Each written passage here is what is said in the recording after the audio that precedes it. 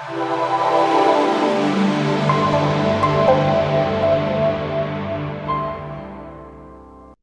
guys, welcome to the second part in restoring this Atari 2600. In the first part, we covered the first basics in restoring the motherboard and the daughter board. We cleaned all the plastics and also restored the control panel. So if you missed it, I suggest that you watch it. Secondly, may I also thank all who commented on our last video. It was nice and I had a good response on it, so keep it up. And not to miss any of other features that we're gonna present, I recommend to click the red subscribe button. So in the second part, we will close completely the Atari 2600, do some testings, and finally restore the package box. So let's start and see what I did in this feature.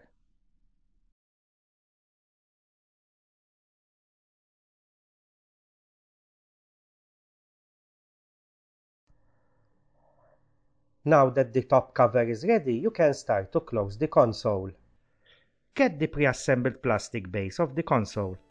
Fit the black foam washers on each switch and then line the top cover, making sure you don't damage the switches or catch any cables between the top and bottom plastic case. Once the top cover is aligned properly, turn over the console and start fitting the remaining long screws. This completes the assembly of the console. If you need to clean the cartridge port, I recommend to use credit card readers while cleaning cards, as you can cut them easily to shape and not damaging the port. Now it's time for a final test to make sure that everything is working fine.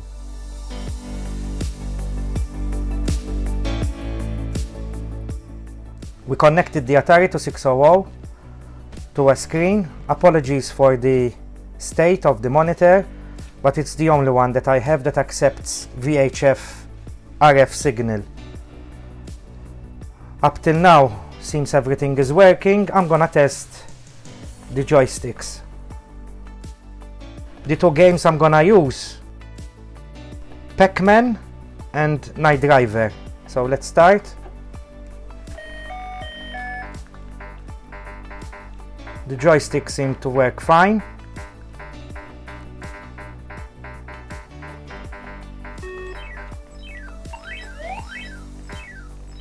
So the issue I had with the ports, it's now solved.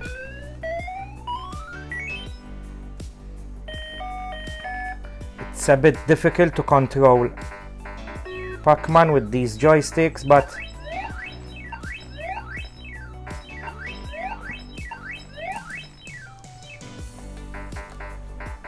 as the response is not so quick.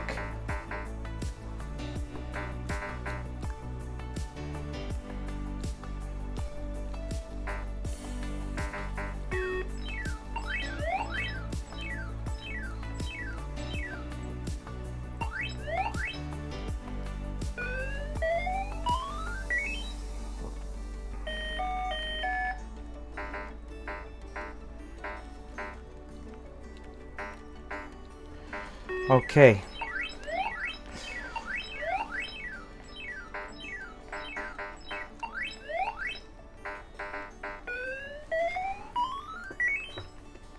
So seems the joystick port has been repaired, but I need to try Night Driver in order to use the pedals. I changed the game to Night Driver. I'm gonna test the pedals. Unfortunately, this is a one-player game, so I can only test one pedal. But usually, if one works, the other one should work properly. So let's give it a try. Seems it's working.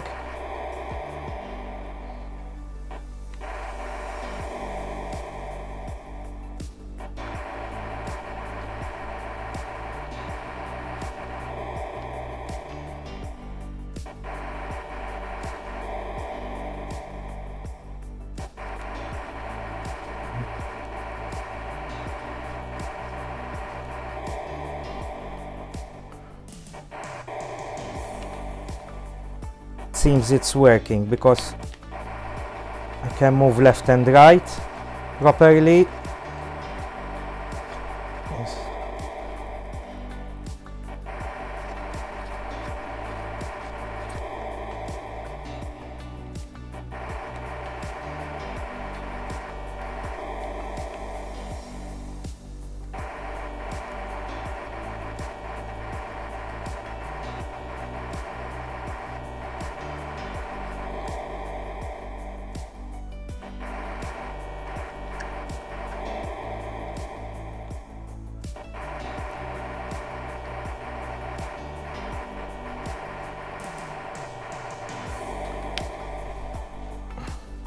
So the final test will be using a test cartridge on the Atari 2600 to check that all the buttons and all the other related functions are working properly.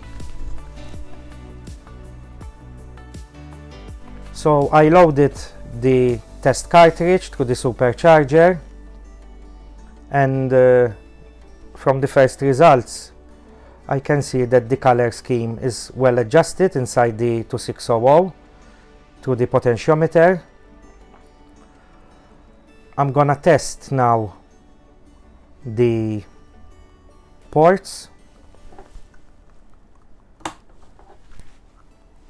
Now this is gonna refresh every 2 seconds, so the flickering is because it's refreshing the screen every 2 seconds. Press the button. Okay, that's working perfectly. Release the button.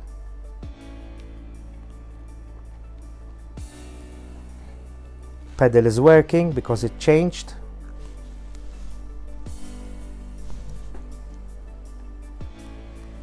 I don't know if you can see it because of the supercharger, it's a bit. Button pressed, it's working as well. And the other pedal is working. So now I'm gonna test the grayscale screen, which is fine. Sound, channel 2, channel 1, channel 2, channel 1, which they are both working. I'm gonna test the buttons, the switches. It's working. It's working. And these, obviously, I'm changing the controls. They already work, because when I change them, they switch over to something else. Okay, seems the Atari 2600 is now fixed. So this concludes our restoration of this lovely Atari 2600. Next step is to restore the box.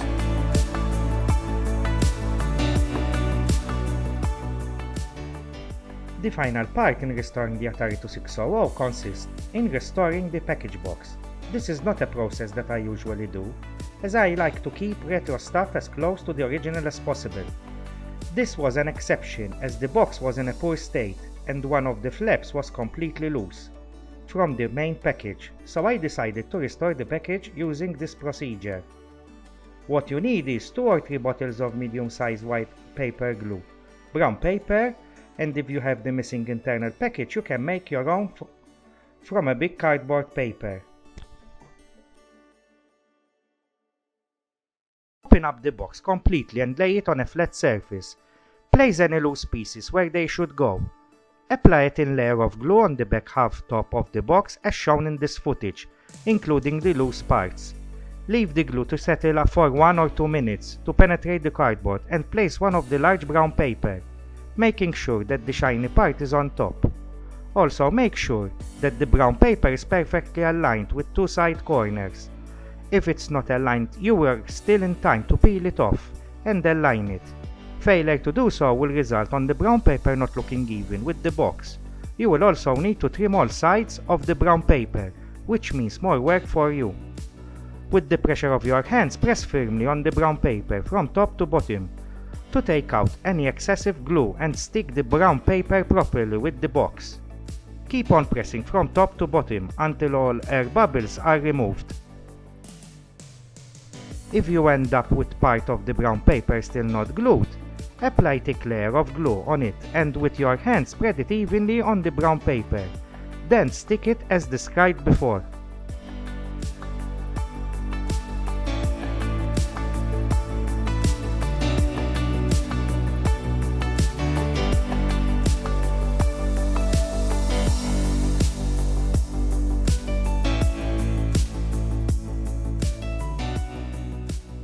Do the same procedure on the second half of the package box.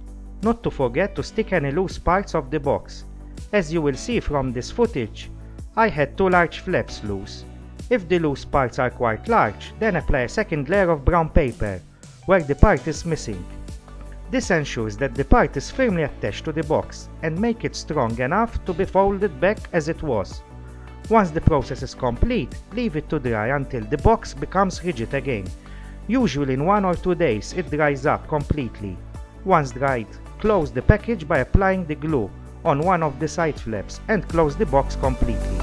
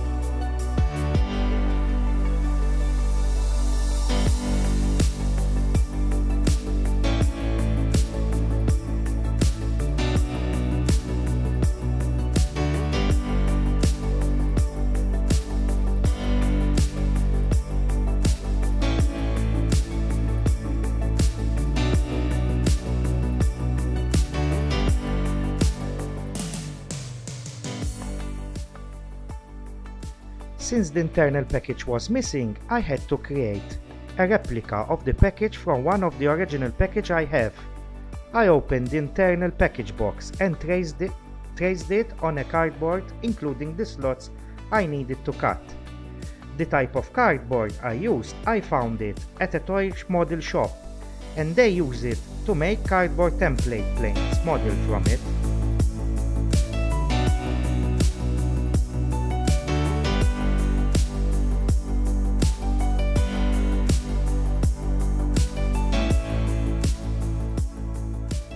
Once traced, cut along the outer line and cut the slots where you need to fold inwards to hold the console inside the internal package.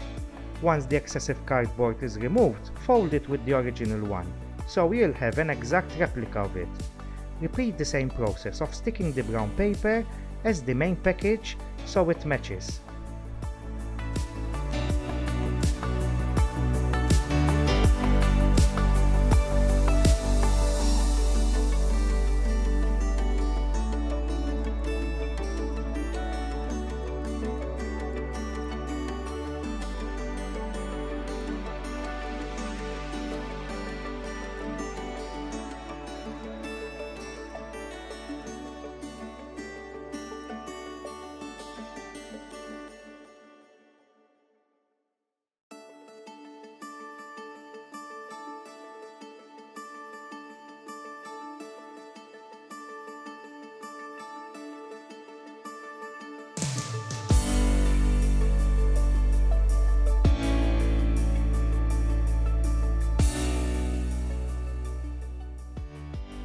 The results should look similar to the footage shown here. As you can see, the box is firmly rigid now, as before was a little bit flimsy and most of the flaps were completely loose. The internal box should fit perfectly inside and should hold the Atari 2600 firmly inside the main package. The internal of the main box should be smooth enough to insert and pull out the internal box easily now, due to the shiny part of the brown paper.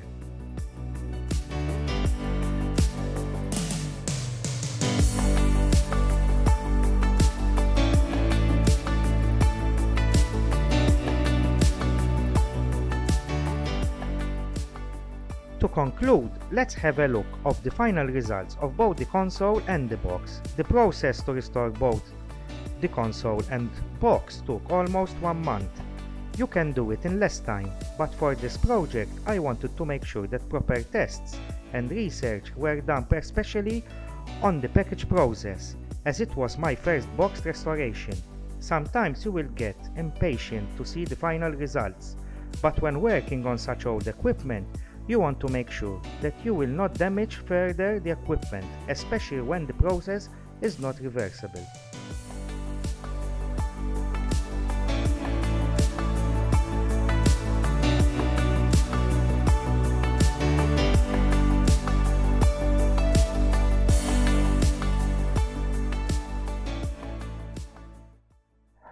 So that's it for this feature. Hope you liked it and it's useful to anyone who is restoring his Atari 2600 from scratch. May I thank all the groups that support us, especially the Malta Amiga User Club and the Geek Up Malta for their constant support and help. May I remind you as usual to click the red subscribe button not to miss any new features. Since now autumn is round the corner, events will start soon and I will be covering most of them. So that's it guys, basically. See you next time. Goodbye.